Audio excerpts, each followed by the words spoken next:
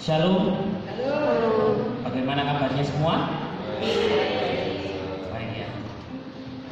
Walaupun di depan mendung, titik-titik, tapi kita harus tetap semangat untuk memuji dan memuliakan nama Tuhan. Saya undang untuk bangkit berdiri. Kita akan saat teduh terlebih dahulu.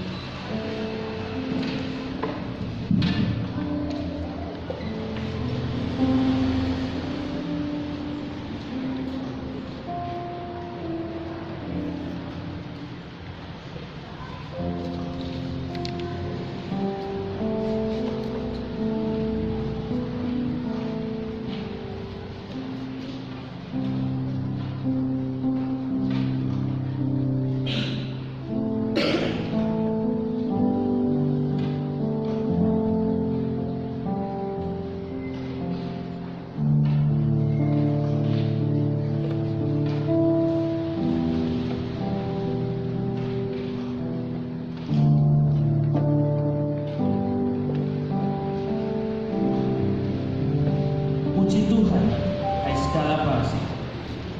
Megahkanlah Dia, hai segala suku bangsa.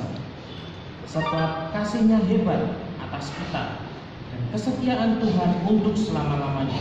Haleluya. Pertolongan kita adalah dalam nama Tuhan yang menjadikan langit dan bumi. Kasih karunia dan damai sejahtera dari Allah Bapa kita dan dari Tuhan Yesus Kristus menyertai kamu. Puji Tuhan, Raja dan Pencipta Maha Kuasa. Puji Tuhan karena Dia penebus yang kekal. Kita berkumpul di tempat ini untuk memuji dan memuliakan nama Tuhan. Dan nama Tuhan semakin ditinggikan di dunia ini. Mari kita pujikan satu pujian. Puji Tuhan yang Maha Kuasa. PPK nomor 8.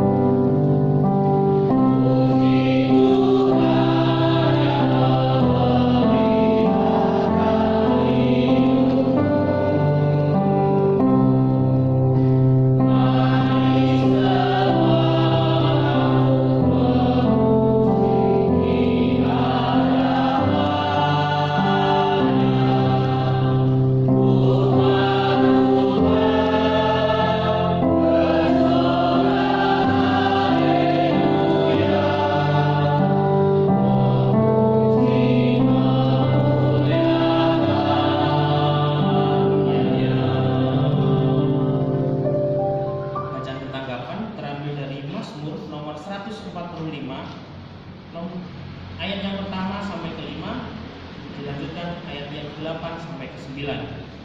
Aku hendak mengagungkan Engkau, ya Allahku, ya Rajaku, dan aku hendak memuji namamu untuk seterusnya dan selamanya. Setiap hari aku hendak memuji Engkau dan hendak memuliakan namamu untuk seterusnya dan selamanya.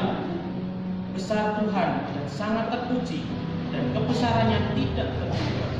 Angkatan demi angkatan akan memegahkan pekerjaan-pekerjaan dan akan memberitakan kebenaran kemuliaan-kemuliaan-Mu yang agung, dan perbuatan-perbuatan-Mu yang ajaib akan kami. Bersama-sama Tuhan itu pengasih dan penyayang, panjang sabar dan sabar kasih-Nya. Tuhan itu baik kepada semua orang dan penuh rahmat terhadap segala yang dikerjakannya.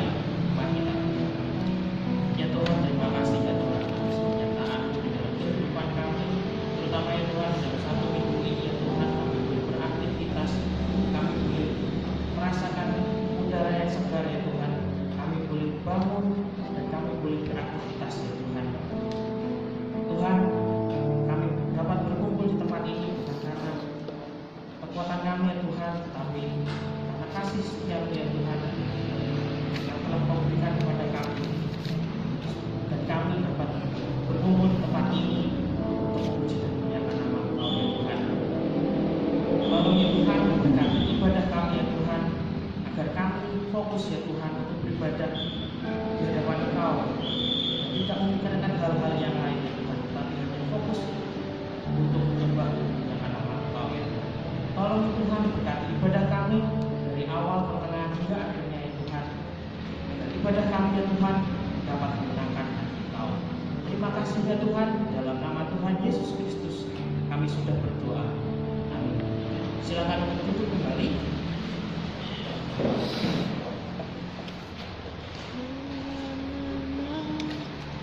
Bukan dengan barang mana Tuhan menebus dosa kita, tetapi Tuhan menebus kita dengan darah yang sangat mahal, yang tidak ada nodanya, yang tidak bercela. Bukan dengan emas perak Tuhan juga menebus diri kita, tapi dengan kasih dan pengorbanan Tuhan kita boleh ditebus oleh Dia. Sebelum kita mengakui dosa-dosa kita di hadapan Tuhan, mari kita introspeksi diri kita agar kita dapat menjadi seperti yang Tuhan inginkan. Mari kita pujikan satu pujian seperti yang Kau inginkan.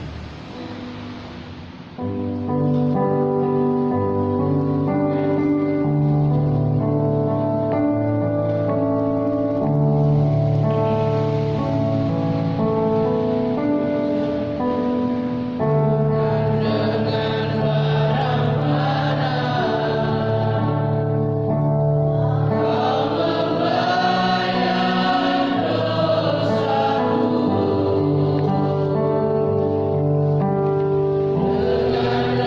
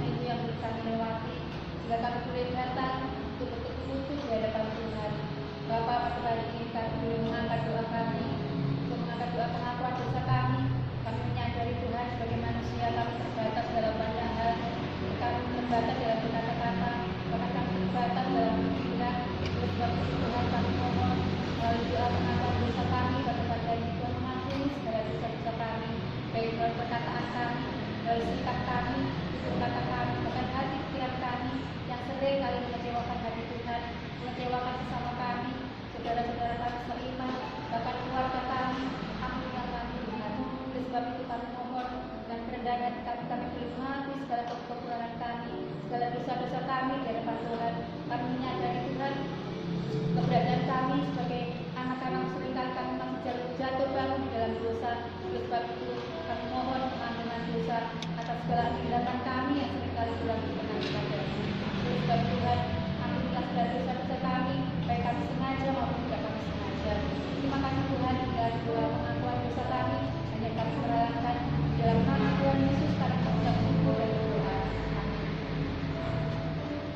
Berita anugerah terambil dari Roma pasal yang ketiga ayat yang ke-23 sampai ke-24.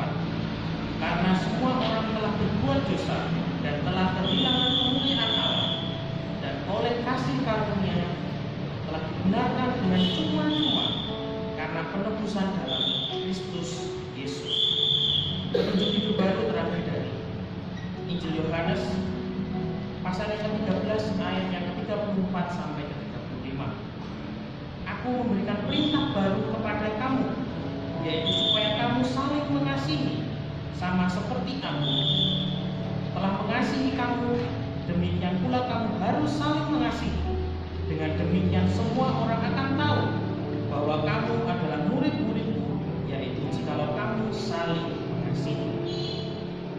Allah itu baik dalam kehidupan kita, dan Allah itu selalu menunjukkan jalan di saat kita mulai tersesat, agar kita dapat kembali ke jalan yang Tuhan inginkan. Untuk merespon berita anugerah dan petunjuk hidup baru, mari kita pujikan satu pujian, Allah itu baik. Amin.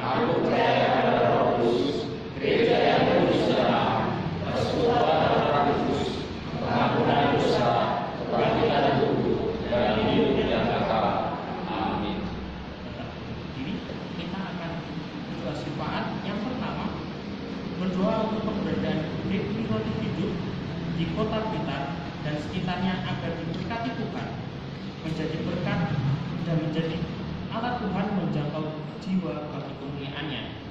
Yang kedua, berdoa untuk orang-orang yang mengalami bencana alam di sekitar Indonesia ini ataupun di luar negeri. Yang ketiga, kita berdoa juga untuk bangsa Indonesia ini, untuk para pemimpin dan dari pusat sampai di desa agar bekerja dengan benar.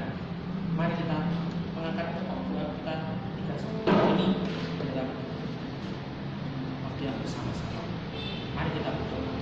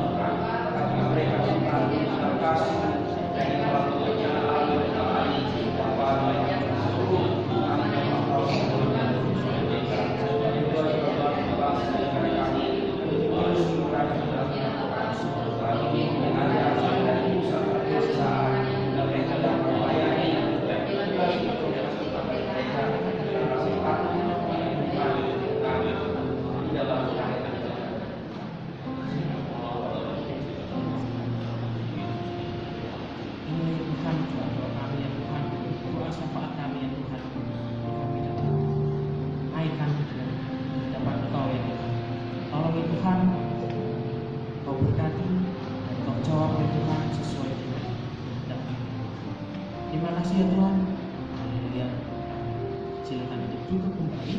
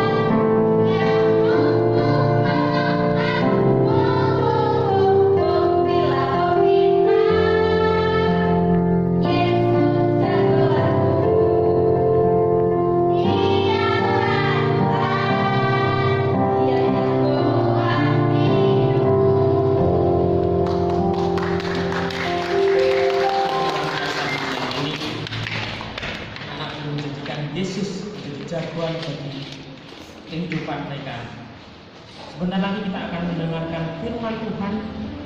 Mari kita pujikan satu pujian, ingat akan nama Yesus.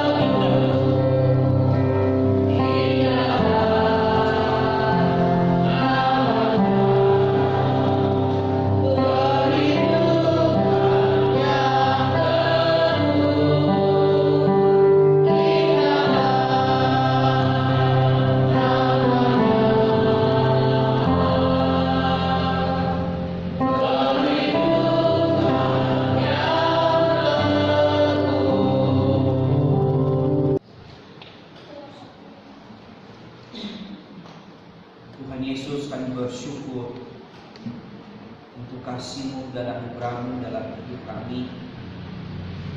Kalau Tuhan izinkan kami saat ini jemaat-Mu, untuk kami mau mendengarkan sabda kebenaran firman-Mu. Mari Tuhan tolong berkati setiap kami. Mohon Roh Kudus-Mu membuka hati dan pikiran kami, meluruskan, menyucikan kami, sehingga kami dapat layak membaca, merenungkan, memahami sabda Tuhan saat ini. Berkati kami ya Tuhan, sehingga kebenaran firman Tuhan yang akan kami pelajari secara bersama-sama dapat kami terapkan di dalam kehidupan kami hari lepas hari. Berkati hamba-Mu yang terbatas di dalam menyampaikan firman ini. Pakai lidah dan hamba-Mu di dalam berkata-kata, sehingga hamba-Mu dapat menyampaikan firman ini sesuai seturut dengan kehendak-Nya Tuhan. Sekali lagi kami serahkan waktu keberkahan firman ini dari awal pertengahan. Kiranya Tuhan yang memimpin dan menolong setiap kami. Di doa kami di dalam nama Tuhan Yesus, bersama kami yang hidup, kami berdoa dan mengucap syukur. Amin. Selamat pagi Bapak Ibu. bagaimana kabarnya? Baik. Kenapa begitu loyo? Ada beban? Bapak Ibu saudara-saudariku, hari ini kita mau belajar kebenaran firman Tuhan. Maka dalam hal itu mari kita siapkan hati kita, pikiran kita untuk terbuka, untuk diselami oleh kebenaran firman Tuhan. Mari kita tinggalkan semua beban. Mari kita tinggalkan semua hal yang kita jalani selama 6 hari lamanya. Mari kita memfokuskan pikiran kita, hati kita untuk belajar firman Tuhan pagi hari ini. Mari Bapak Ibu, mari kita membuka Alkitab kita di dalam firman Tuhan, di dalam Keluaran pasal 20 ayatnya yang ke-8 hingga ayatnya yang ke-11. Sekali lagi saya mengajak kita membuka Alkitab kita di dalam Keluaran pasal 20 ayatnya yang ke-8 hingga ayatnya yang ke-11. Sudah ditemukan Bapak Ibu? Sekali lagi Keluaran pasal 20 ayatnya yang ke-8 hingga ayatnya yang ke-11.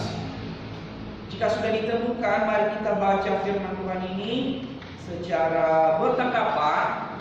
Saya ayatnya yang ke-8, Bapak Ibu saudara sekalian membacakan ayat yang ke-9 hingga sampai nanti kita di ayatnya yang ke-11. Begini firman Tuhan, ingatlah dan kuduskanlah hari Sabat. 1, 2, 3. 6 hari lamanya engkau akan bekerja dan melakukan segala pekerjaanmu. Tetapi hari ke-7 adalah hari Sabat Tuhan Allahmu. Maka jangan melakukan sesuatu pekerjaan, engkau atau anakmu laki-laki, atau anakmu perempuan, atau hambamu laki-laki, atau hambamu perempuan, atau hewanmu, atau orang asing yang ada di tempat kediamanmu. 1, 3. Sebab 6 hari lamanya Tuhan menjadikan langit dan bumi, laut dan segala isinya, dan Dia berhenti pada hari ke-7. Itulah sebabnya Tuhan memberkati hari Sabat dan menguduskannya. Demikian jauh pembacaan kita hari ini Bapak Ibu. Yang dikatakan adalah berbahagialah setiap kita yang membaca, merenungkan, dan melakukan firman Tuhan itu di dalam kehidupan kita hari lepas hari. Bapak Ibu, hari ini kita berbicara tentang satu tema, yaitu ingatlah dan kuduskanlah hari Sabat. Tentu Bapak Ibu, kita di dalam memahami tema ini, tentu kita menimbulkan banyak pertanyaan. Tentu kita bagaimana kita mengingat dan mengkuduskan hari Sabat itu. Apa itu hari Sabat? Lalu hari apa hari Sabat itu? Lalu bagaimana kita sebagai orang percaya menguduskan hari Sabat itu yang telah dikuduskan oleh Tuhan? Itulah perlu kita memahami di dalam firman Tuhan yang sudah kita baca tadi. Ini adalah merupakan perintah Tuhan kepada umat Israel saat itu. Ini adalah merupakan perintah keempat, yaitu ingatlah dan kuduskanlah hari Sabat. Mari kita mencoba menjawab pertanyaan yang pertama. Apa itu hari Sabat? Apa itu Sabat? Bapak Ibu, kalau kita memperhatikan bahwa Sabat di dalam bahasa Ibrani-nya adalah syabat. Akar kata dari syabat artinya berhenti atau melepaskan atau beristirahat. Sedangkan di dalam bahasa Ibrani, dalam kata dasarnya adalah sabaton atau sabat artinya hari ke-7. Nah, kata sabat ini adalah didasarkan di dalam prinsip penciptaan Allah di dalam Kejadian pasal 2 ayatnya yang kedua hingga ayatnya yang ketiga. Sekali lagi kata sabat ini diprinsipkan, didasarkan pada prinsip penciptaan Allah di dalam Kejadian pasal 2 ayat 2 sampai 3. Di sana dikatakan Allah berhenti pada hari yang ketujuh karena Ia telah menyelesaikan pekerjaannya, penciptaannya. Allah memberkati dan mengkuduskan hari ketujuh itu. Jadi hari Sabat adalah hari di mana Tuhan berhenti di dalam pekerjaannya menciptakan seluruh isi dunia ini dan juga langit. Dan pada hari yang ketujuh, setelah Tuhan selesai menciptakan dan tidak lagi menciptakan, Allah berhenti. Dan di sana dikatakan ketika Dia berhenti, Dia menguduskan hari ketujuh itu. Artinya bahwa hari ketujuh adalah hari yang dikhususkan oleh Allah untuk dirinya dan juga segala ciptaannya. Secara khusus manusia ciptaan yang Dia itu supaya datang bersekutu dengan Dia, menikmati Tuhan. Sekali lagi bahwa hari ketujuh yang dikuduskan oleh Allah adalah hari di mana Tuhan mengkhususkan hari ketujuh itu untuk dikuduskan baginya dan segala ciptaannya, secara khusus manusia ciptaan yang mulia itu bisa bersekutu menikmati Allah. Nah, itu arti hari Sabat, Bapak Ibu. Artinya bahwa Sabat itu adalah berhenti atau beristirahat dari pekerjaan, atau juga dikatakan hari ketujuh. Ini adalah didasarkan dalam prinsip penciptaan. Ya. Tentu kita muncul pertanyaan lagi, Bapak Ibu. Dalam sudah kita memahami bahwa Sabat adalah hari ketujuh, Sabat adalah beristirahat atau berhenti dari pekerjaan. Tentu kita bertanya, muncul pertanyaan lagi, hari ketujuh itu hari apa? Hari ketujuh itu hari apa? Nah, perlu kita pahami bahwa Bapak Ibu Saudara-saudari, bahwa Allah di dalam melakukan pekerjaan menciptakan, Allah tidak menyebut nama hari di dalam Dia menciptakan. Sekali lagi, di dalam Allah bekerja menciptakan seisi dunia ini dan langit, Allah tidak menyebutkan nama hari di dalam proses Dia menciptakan. Allah tidak sama jamnya dengan manusia, memakai waktu 24 jam dalam satu hari, tidak. Allah menciptakan, Allah bekerja tidak membutuhkan tenaga. Allah hanya cuma sekedar jadilah maka jadi. Artinya bahwa hari yang dimaksud di dalam Kejadian pasal 2 ayat yang kedua sampai ketiga tidak sama dengan hari yang kita anggap hari ini jam 20 ini, atau juga yang ditetapkan oleh umat Israel saat ini. Artinya bahwa tidak ada satupun yang mengerti tentang harinya Tuhan bekerja. Tidak ada satupun yang memastikan hari ketujuh, hari untuk Sabat. Tidak ada seorang manusia yang memahami hari Tuhan. Kalau kita melihat Bapak Ibu di dalam 2 Petrus pasalnya ketiga ayat 8, bisa dikatakan satu hari sama dengan 1000 tahun dan 1000 tahun sama dengan satu hari. Artinya satu orang pun di dunia ini tidak ada yang mengerti, yang memastikan, yang tahu tentang hari Tuhan. Di dalam Dia menciptakan, di dalam Dia bekerja, di dalam Dia datang. Ini yang perlu kita pahami sebagai orang-orang yang percaya kepada Tuhan. Jadi ini yang harus kita dasarkan pemahaman kita tentang hari Sabat ini. Artinya hari Sabat tidak ada seorang pun yang tahu. Tetapi dipastikan Allah memerintahkan kepada umat Israel saat itu untuk menguduskan hari Sabatnya. Artinya dari hari pertama sampai hari ke-7 dikhususkan satu hari untuk menguduskan hari Sabat. Ini yang harus kita pahami. Bapak Ibu saudara-saudariku, ini adalah perintah kepada bangsa Israel.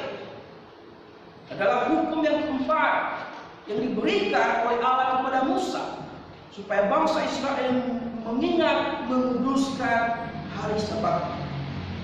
Kita tahu Bapak Ibu saudara-saudariku, kalau kita membaca Alkitab dalam Perjanjian Lama, di sana dijelaskan tentang bagaimana bangsa Israel setelah manusia jatuh dalam dosa. Ingat tadi bahwa Allah menciptakan sebelum manusia jatuh dalam dosa. Tapi setelah manusia jatuh dalam dosa, Allah memilih satu bangsa, yaitu bangsa Israel sebagai umat pilihannya, sebagai umat kesayangannya. Kita tahu tentang bangsa Israel. Dari keturunan bangsa Israel dimulai Allah memilih Abraham, Yakub atau Ishak, sehingga dari keturunan Yakub timbullah bangsa Israel. Bangsa Israel kita melihat ketika mengalami kelaparan yang luar biasa. Yakub dan Yusuf ke Mesir. Ketika Yusuf meninggal dunia, bangsa Israel diperbudak di Mesir. Dari sana Allah memilih bangsa Israel dari perbudakan di Mesir. Allah memilih mengembalikan ke Yerusalem atau di tempat Israel. Jadi ketika Allah sudah memilih mereka menjadi umat pilihannya, ketika Allah sudah memanggil mereka, menyelamatkan mereka, menebus mereka dari perbudakan, Allah memerintahkan Nabi Musa supaya umat ini, supaya bangsa Israel ini, umat kesayangan Tuhan ini, tidak melupakan Allah di dalam hidup mereka. Sehingga di dalam ayat yang ke-8 yang kita baca tadi dikatakan, ingat dan kuduskanlah hari Sabat. Allah memperingati, Allah memberikan satu perintah supaya mereka mengingat Tuhan, supaya mereka umat Israel di dalam Perjanjian Lama.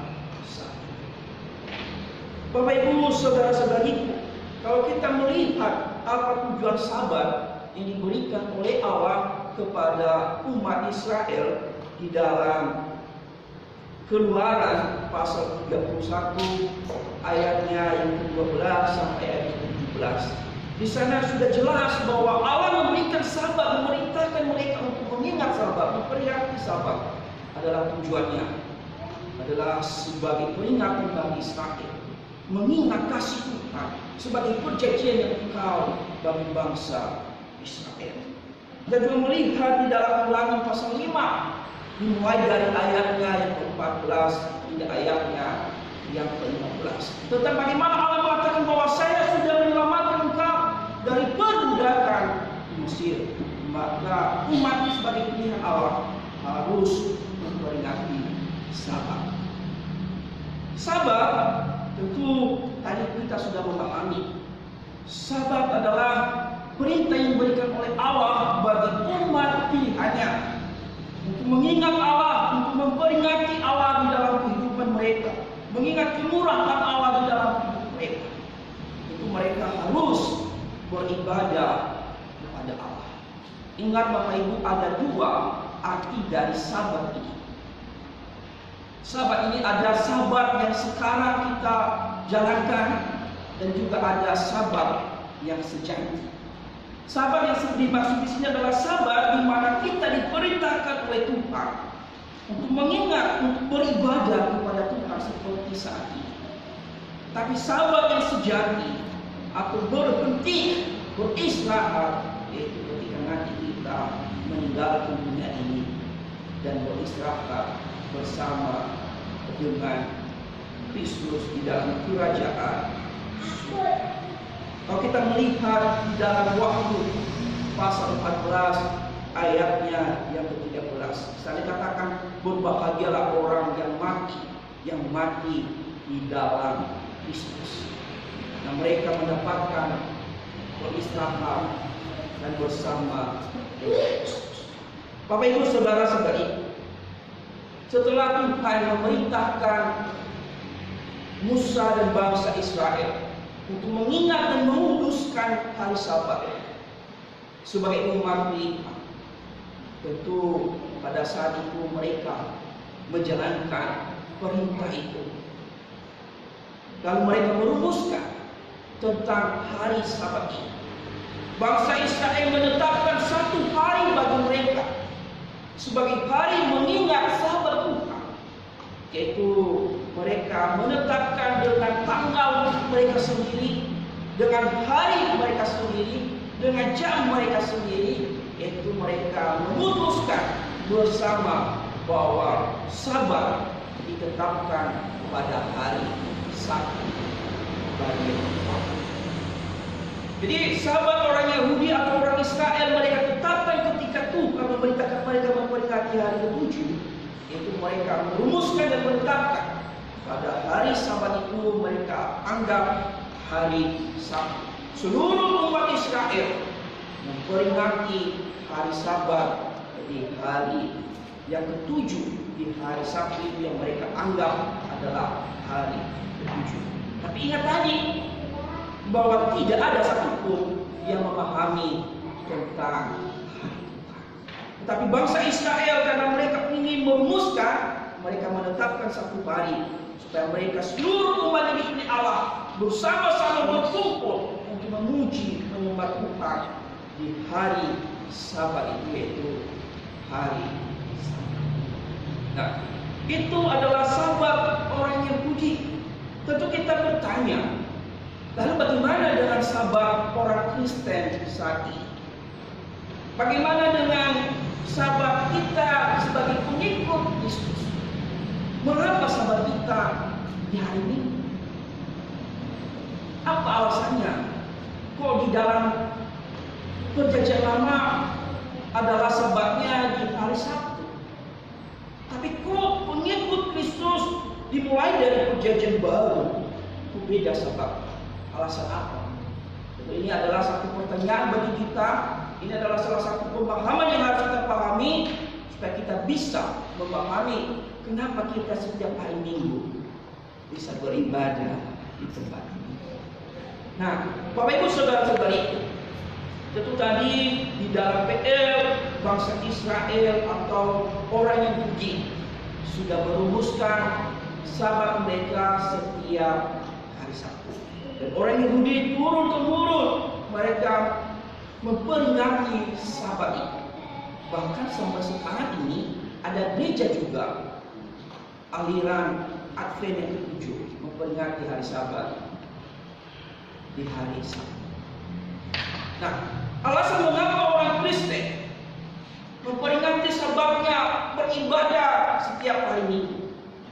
Alasan yang pertama Bapak Ibu yaitu karena di mana Tuhan kita yang kita percayai adalah Yesus Kristus, yaitu Dia bangkit pada hari Minggu atau pada hari yang pertama sesuai dengan hari yang ditetapkan oleh manusia. Nanti Bapak Ibu bisa membaca di dalam 4 Injil, tapi saya ambil tadi di dalam Yohanes. Kalau kita melihat di dalam Injil Yohanes pasal 20 ayatnya yang pertama, bisa dikatakan bahwa pada hari pertama minggu itu Yesus tidak bangkit. Lalu alasan tambahannya adalah di mana? Karena di hari Minggu Yesus 2 kali menampakkan diri kepada para muridnya. Yaitu kalau kita melihat masih di dalam Yohanes pasal 20 ayatnya yang ke-19 dan 26. Di mana saat itu Yesus menampakkan diri kepada para murid di Yerusalem. Itu yang pertama, di mana tidak ada Thomas saat itu. Tapi dikatakan 8 hari kemudian, di dalam ayatnya yang ke-26, Yesus menampakkan diri lagi bersama ketika para murid dan ada Thomas. Itu hari Minggu. Itu alasan pertama kita mengapa kita memperingati Sabat sebagai orang Kristen di hari Minggu, karena kita memperingati kemenangan Kristus telah menaklukkan maut, bangkit memberikan kemenangan bagi kita, dan Dia menampakkan diri kepada para pengikutnya 2 kali pada hari Minggu. Itulah sebabnya kita memperingati atau kita beribadah pada hari ini, yaitu hari Minggu. Yang kedua, Bapak Ibu, alasan yang kedua, mengapa kita orang Kristen saat ini memperingati Sabat di hari Minggu, yaitu kalau kita melihat, kalau kita membaca di dalam Kisah Para Rasul, kalau kita Perjanjian Baru, ketika Tuhan Yesus telah disalibkan dan telah bangkit, kita tahu antara pengikut Kristus atau para murid, para rasul, orang-orang jemaat mula-mula dan orang Yahudi tidak lagi bersama pemahaman. Artinya bahwa orang jemaat mula-mula, ketika orang Yahudi melihat ini adalah pengikut Kristus, orang Yahudi memusuhi pengikut Kristus, tidak lagi mengizinkan para rasul, para murid Yesus untuk beribadah di bait Allah atau di sinagoge saat ini. Dilarang. Kita beda pemahaman, beda aliran, sehingga pemahaman pengikut Kristus, orang Yahudi, kalau kita melihat di dalam Kisah Para Rasul pasal 4, Bapak Ibu bisa membaca bagaimana orang-orang Yahudi melarang Petrus dan Yohanes ketika mereka masuk di dalam bait Allah atau di sinagoge. Dengan alasan itu, maka para rasul dan jemaat mula-mula memang memisahkan diri, memulai persekutuan mereka itu di rumah-rumah saja. Mereka lagi tidak diizinkan untuk beribadah di dalam sinagoge saja.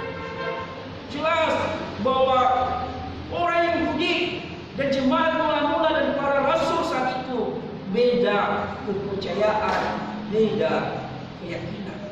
Kalau orang Yahudi mengharapkan atau percaya bahwa Mesias akan datang, ada Mesias yang sudah dijanjikan oleh Allah, mereka menanti-nantikan. Itu keyakinan orang Yahudi saat itu. Tapi sebagai pengikut Kristus, berkeyakinan bahwa Kristus sudah hadir, Kristus sudah datang, Kristus sudah bangkit, Kristus sudah naik ke surga dan menantikan kedatangannya yang kedua. Pengikut Kristus memberitakan tentang kelahiran Kristus, sudah bangkit, sudah menebus dari dosa semua pengikutnya. Tetapi orang Yahudi berkeyakinan bahwa Allah telah menjanjikan ada Mesias yang akan membebaskan mereka secara pemerintahan dunia. Mereka menantikan melalui bedah menurut mereka. Itu jelas berbeda pemahaman. Orang pengikut Kristus memberitakan tentang Injil, Kristus sudah hadir, sudah bangkit, sudah mati, disalibkan, sudah menebus dosa manusia.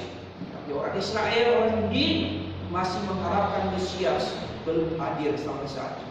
Itu pemahaman. Itu jelas berbeda, tidak lagi bersama. Maka jemaat mula-mula memilih bersekutu di rumah-rumah, dan mereka memulai persekutuan itu di hari Minggu, Bapak Ibu. Kalau kita melihat di dalam Kisah Para Rasul 20 ayat 7, di sana Paulus berkata bahwa ketika mereka memulai persekutuan pada hari Minggu. Mari kita baca Kisah Rasul 20 ayat 7. Kita tolong seorang yang besar suara untuk membacakannya.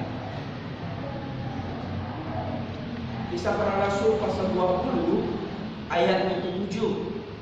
Sebagai bukti bahwa rutin mereka melakukan ibadah di hari Minggu. Persilakan yang sudah menemukan.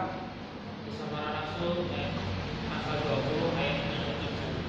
Pada hari yang pertama dalam minggu itu, ketika kami berkumpul untuk memecah-mecahkan roti, Paulus berbicara dengan saudara-saudara di situ, karena ia bermaksud untuk berangkat pada keesokan harinya.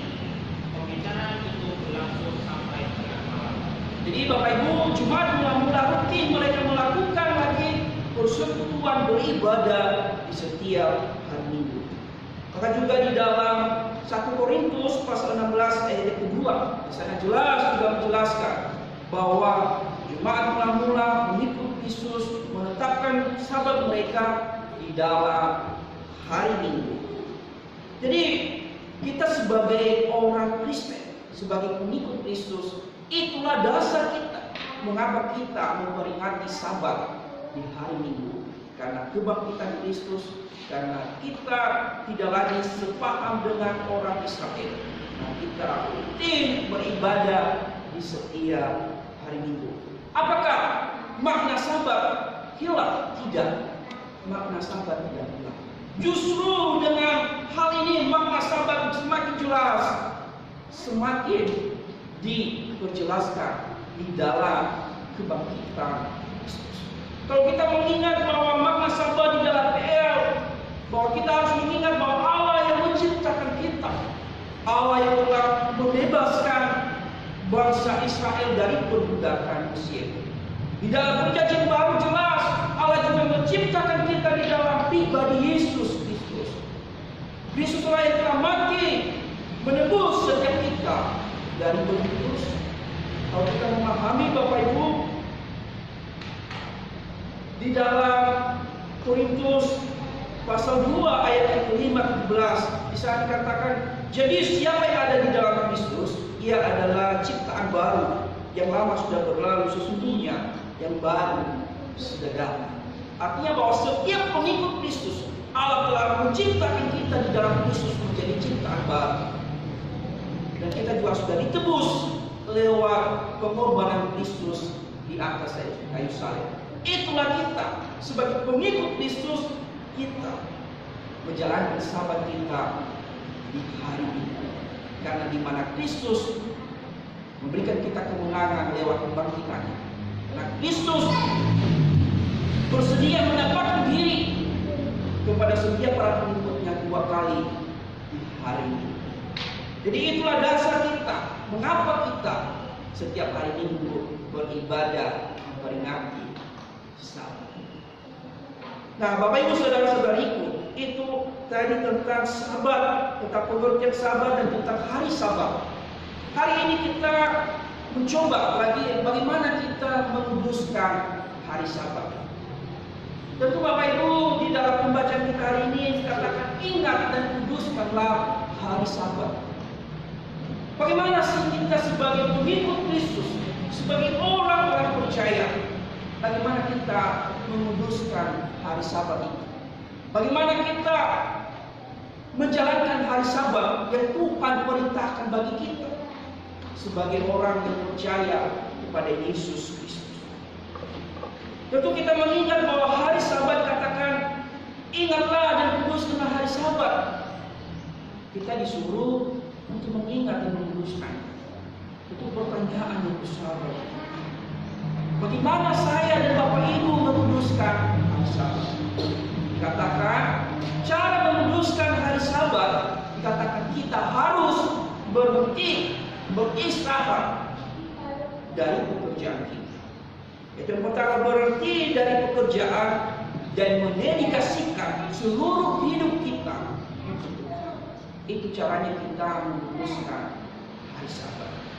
Yang pertama, berhenti dari pekerjaan dan mendedikasikan seluruh totalitas hidup kita untuk Tuhan, untuk memahami Tuhan, untuk mengenal Tuhan. Bagaimana kita mengenal Tuhan? Bagaimana kita memahami Tuhan? Yaitu lewat firman-Nya. Kita sebagai orang percaya, kita harus memahami, mengenal Tuhan, belajar firman Tuhan, mengisi hidup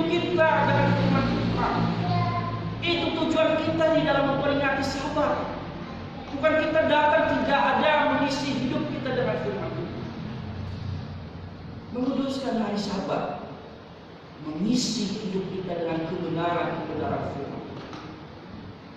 Menyegarkan hidup kita dengan kebenaran firman Tuhan. Selama 6 hari kita telah berjuang mencari kebutuhan jasmani kita. Dan dikatakan oleh Tuhan, hari ke-7 harus berhenti beristirahat. Kita juga harus mengisi kebutuhan rohani kita dengan kebenaran firman. Kita tidak boleh hanya memerlukan waktu untuk memenuhi kebutuhan jasmani kita, lalu kita lupa mengisi kebutuhan rohani.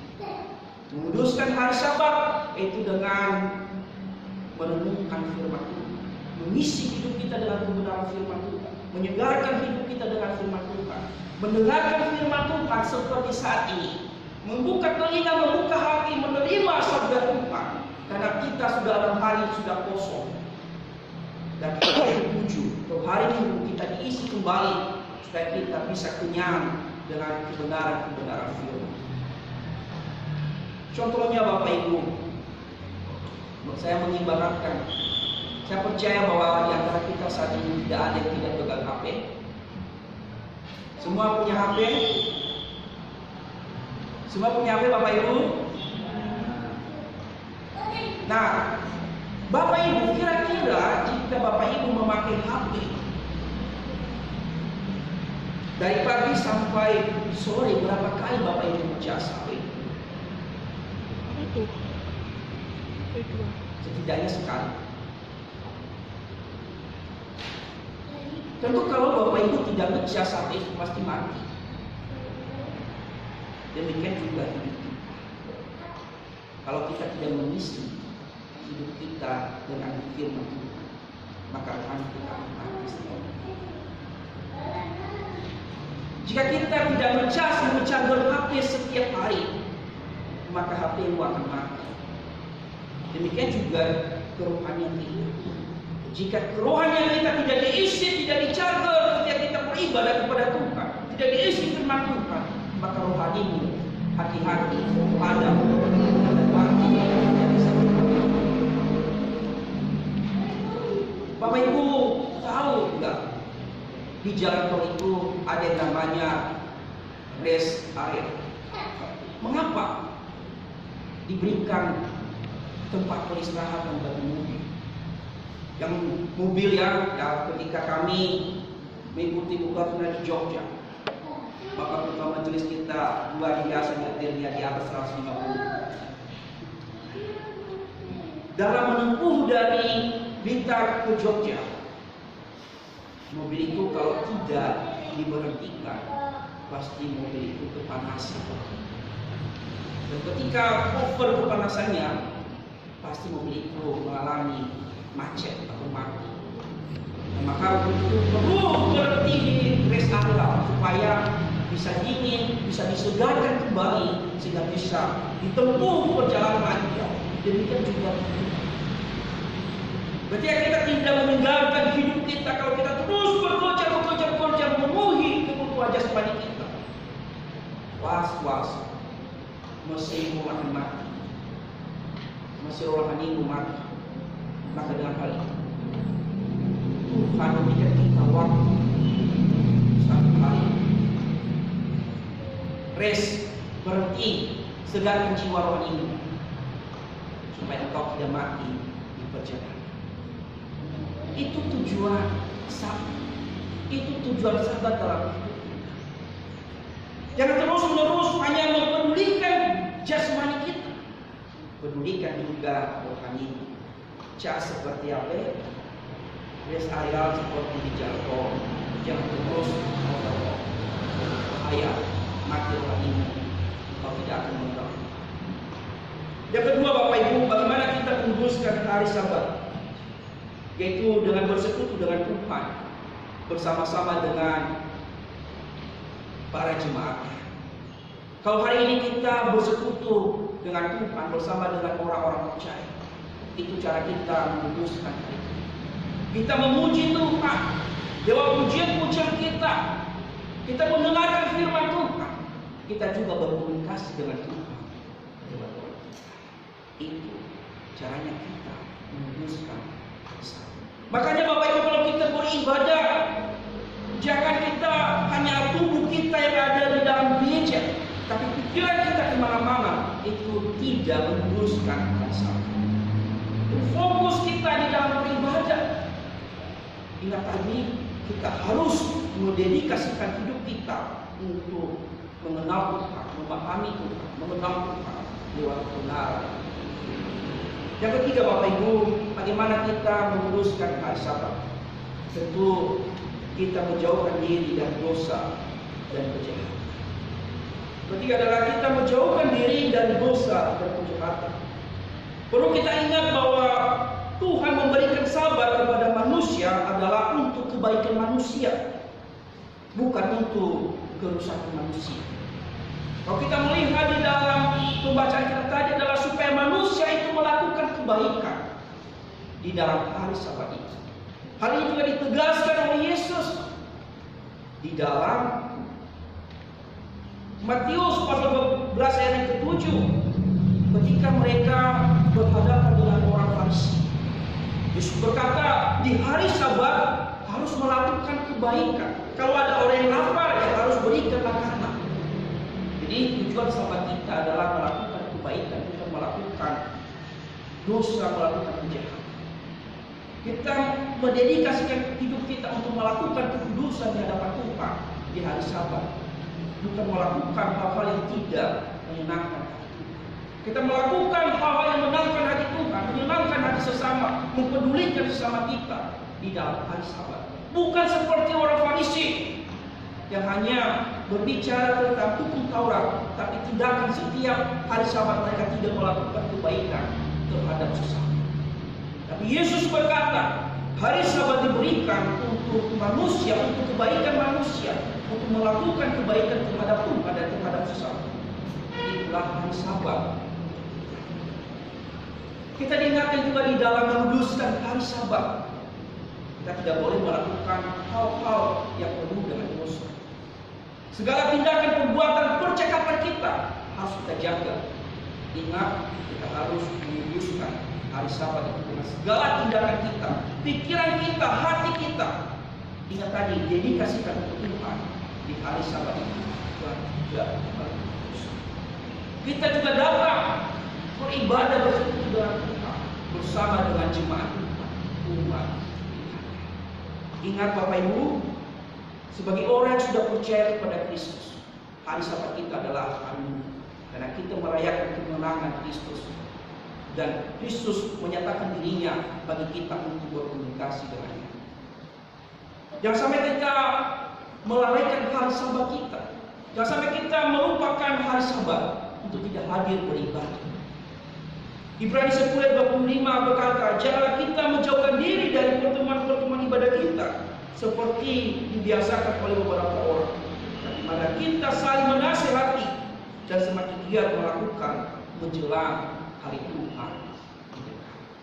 Jadi Bapak Ibu, jemaat GKI Roh Hidup, ingat dan kuduskan hari Sabat. Jangan pernah lalaikan hari Sabat, jangan pernah lalaikan untuk tidak beribadah. Ingat tadi, dedikasikan hidupmu satu hari untuk Tuhan, untuk menikmati Tuhan di dalam Sabat. Ingat, jika HP-mu tidak bercas mengalami kematian, jika mobilmu tidak berhenti di rest area, di jalan tol akan mengalami kematian. Demikian juga hidup kita, kerohanian kita.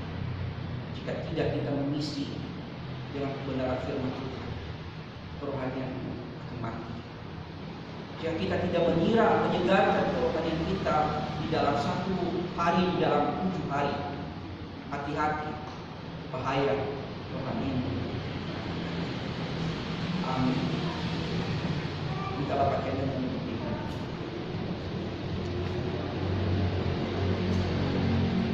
Tuhan Yesus, kami berterima kasih Engkau mengingatkan kami untuk fokus kepada-Mu pada saat ibadah. Terima kasih Tuhan, Engkau mengingatkan kami, bahwa pikiran kami hanya boleh tertuju pada Tuhan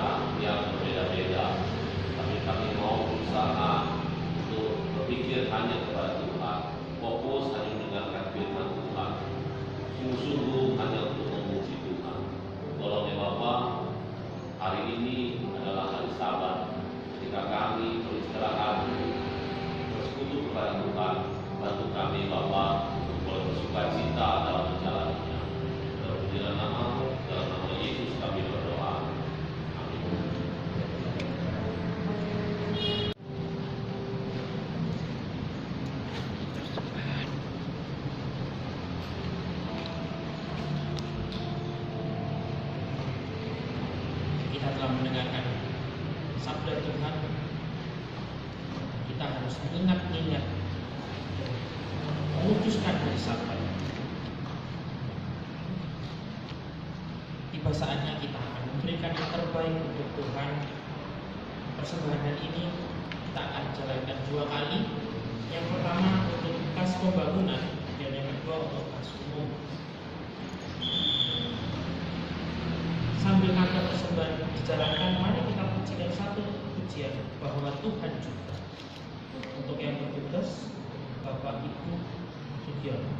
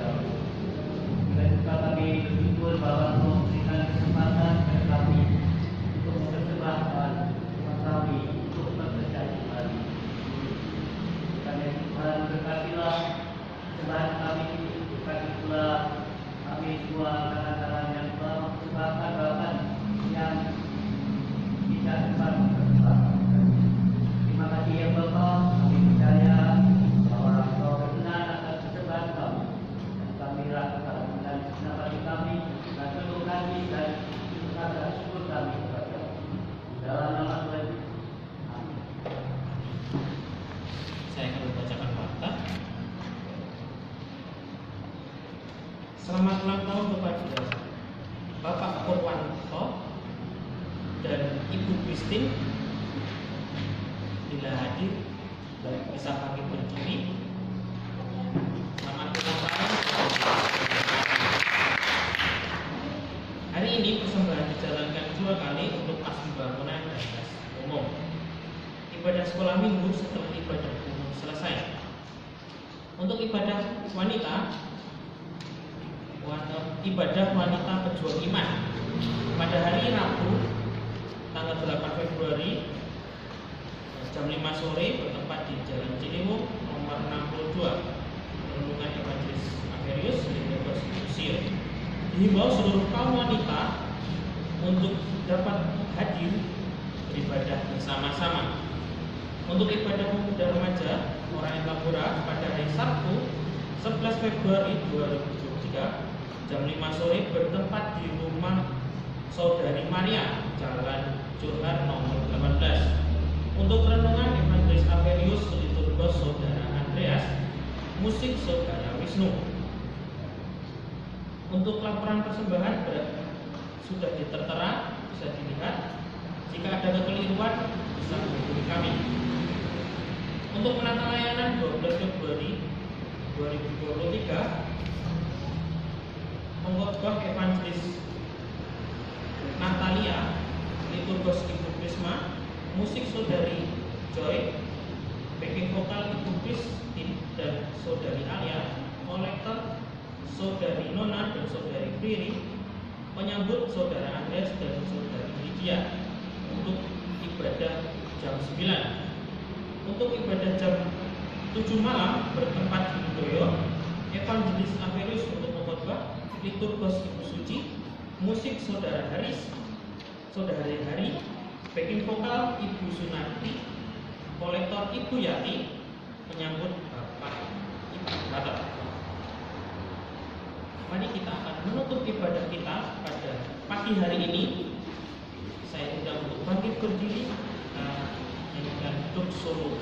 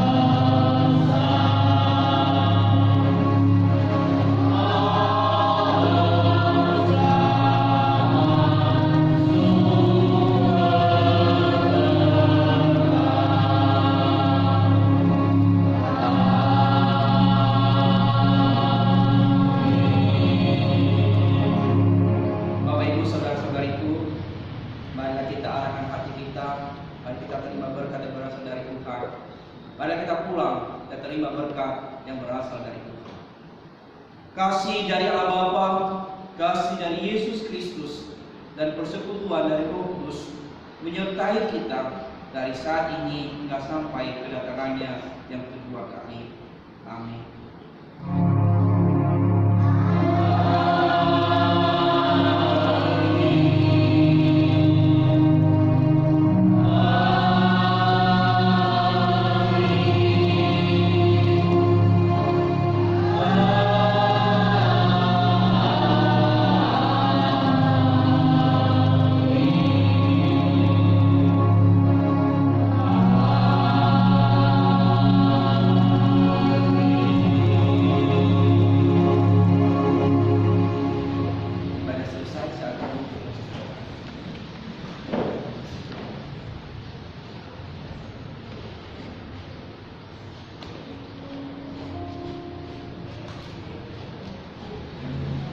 Saat itu selesai.